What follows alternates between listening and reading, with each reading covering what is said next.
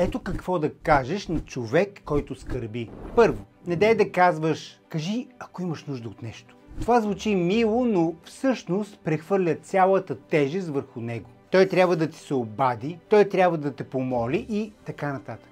Вместо това, просто направи нещо. Занеси храна, отиди до аптеката и вземи нужното или вземи детето от училище. Дори да е малко, важното тук е да поемеш инициативата. Ако не можеш да помогнеш, то тогава не се преструвай, че можеш. Второ, не питай какво стана.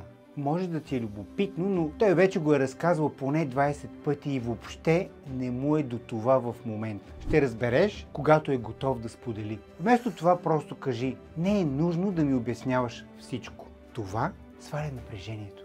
И трето, потвърди неговата болка. Не дай да сменяш темата и не дай да омаловажаваш неговата болка. Кажи, например, наистина съжалявам, защото това е ужасно. Или пък не е честно, защото никой не заслужава да мине през такова нещо. Когато потвърждаваш неговата болка, вместо да се правиш, че я няма, помагаш много повече, отколкото си мислиш. Ако искаш да промениш мисленето си, последвай.